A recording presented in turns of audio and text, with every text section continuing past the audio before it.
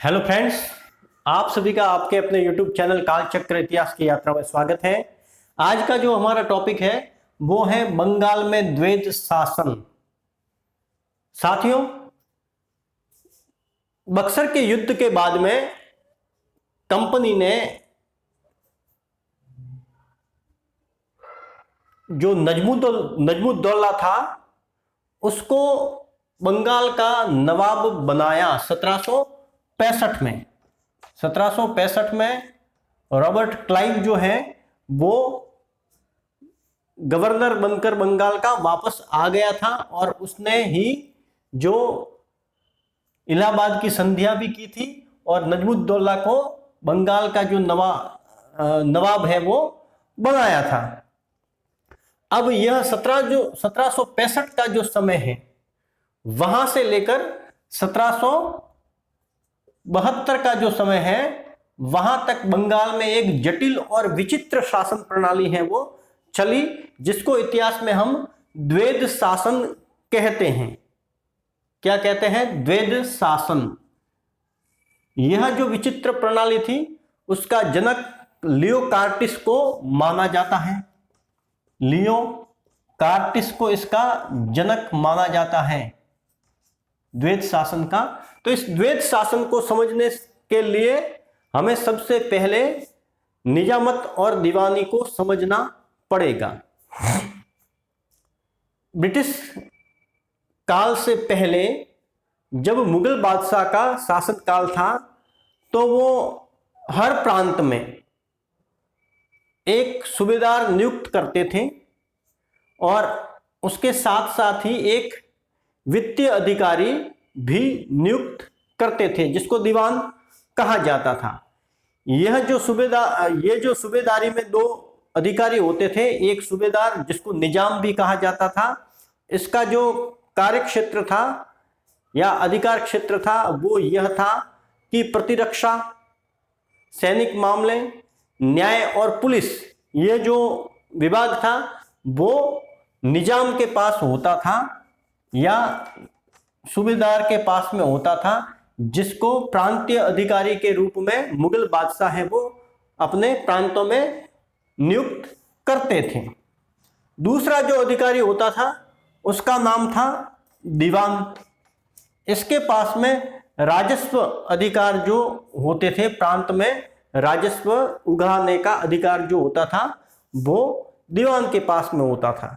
वित्तीय जो मामले होते थे वो सब दीवान के पास में होते थे। अब यह दो अधिकारी महत्वपूर्ण अधिकारी मुगल बादशाह की तरफ से होते थे।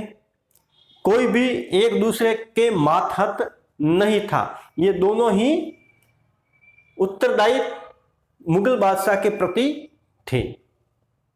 तो इलाहाबाद की संधि के बाद में बंगाल, बिहार और उड़ीसा की जो दीवानी है, जो दीवानी का अर्थ है राजस्व संबंधी मामले जो कि दीवान करता था, वो सब मामले हैं या दीवानी है वो 26 लाख रुपए के वार्षिक शुल्क के बदले कंपनी को मुगल बादशाह ने शाही फरमान द्वारा दे दी।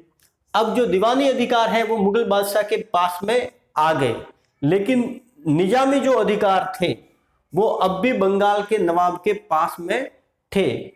तो 1765 में जो नजमुद्दौला बंगाल का नया नवाब था उससे अंग्रेजों ने 53 लाख रुपए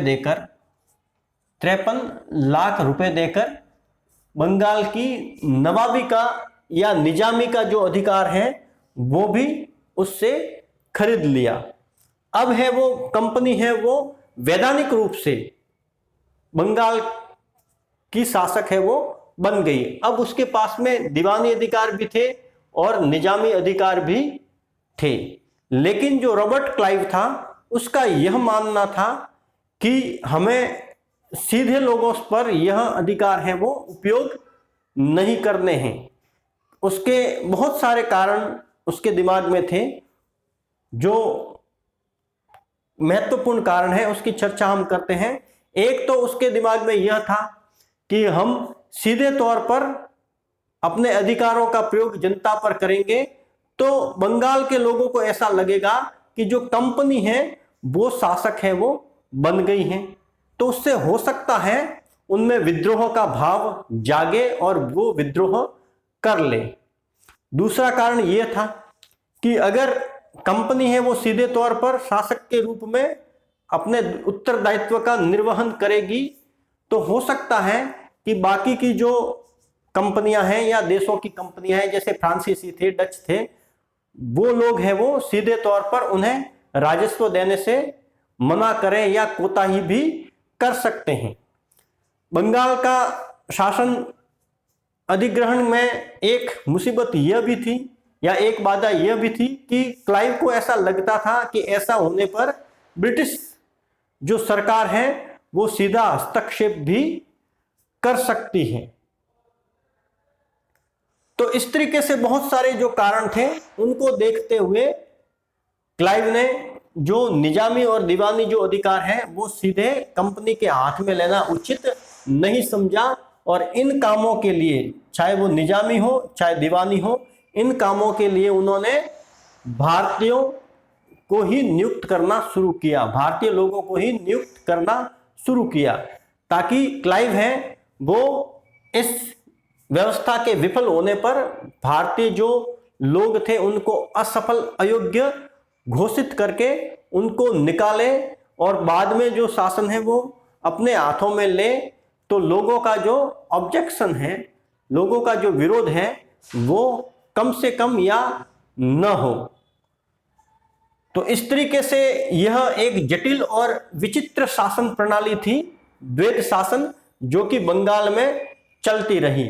इस द्वैध शासन प्रणाली में सरकार के पास में, अर्थात ब्रिटिश ईस्ट इंडिया कंपनी के पास में अधिकार तो थे लेकिन उत्तरदायित्व कुछ नहीं था, जबकि जो नियुक्त किए हुए थे उनके पास में सिर्फ उत्तरदायित्व था, अधिकार बिल्कुल भी नहीं थे। यह जो व्यवस्था थी वो अधिकार रहित उत्तरदायित्व की और उत्तरदायित्व रहित अधिकारों की व्यवस्था थी।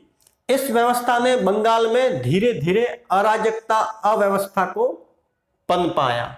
कंपनी के जो कर्मचारी थे वो अपने निजी व्यापार में व्यस्त रहे, जिससे कंपनी को भी आय में नुकसान हुआ और इससे जो किसान लोग थे उनसे बहुत सारा जो राजस्व है वो उगाया जाने लगा। इसका एक उदाहरण मैं ये दे सकता हूं कि द्वैध शासन से पहले जो राजस्व वसूली होती थी बंगाल से वो होती थी सालाना 80 लाख, जबकि द्वैध शासन लगने के बाद में उगाई है वो 2.25 करोड़ हो गई, 2.25 करोड़। अब इतनी उगाई होने के बाद में किसानों के पास में कुछ नहीं बचता था, तो उनके जो कार्य करने की जो प्रेरणा थी वो भी खत्म होने लगी।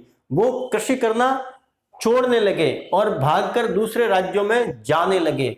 समाज है वो एक निर्जीव सा हो गया। व्यापारियों की स्थिति है वो भी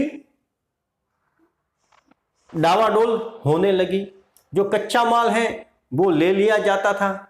जो बुनकर हैं, शिल्पकार हैं, दस्तकार हैं, उन लोगों को शारीरिक पीड़ाएं दी गई। कईयों के अंगूठे काट लिए गए जो कि अपनी कारीगरी में सिद्ध हस्त थे।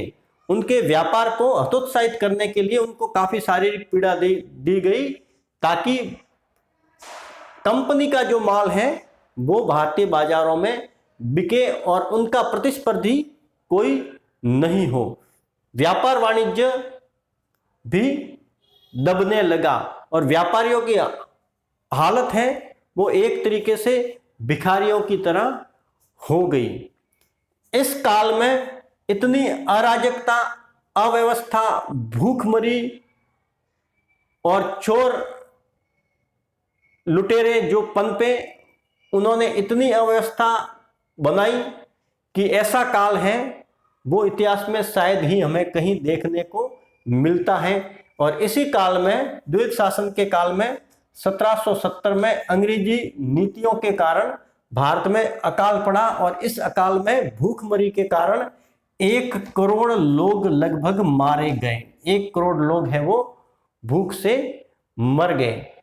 यह जो व्यवस्था थी उस व्यवस्था के बारे में क्लाइव का भी यहां तक कहना था कि ऐसी व्यवस्था है उसने अपने जीवन काल में, ऐसी कुव्यवस्था या कुप्रबंधन कह दे, वो उसने अपने जीवन काल में कहीं नहीं देखा।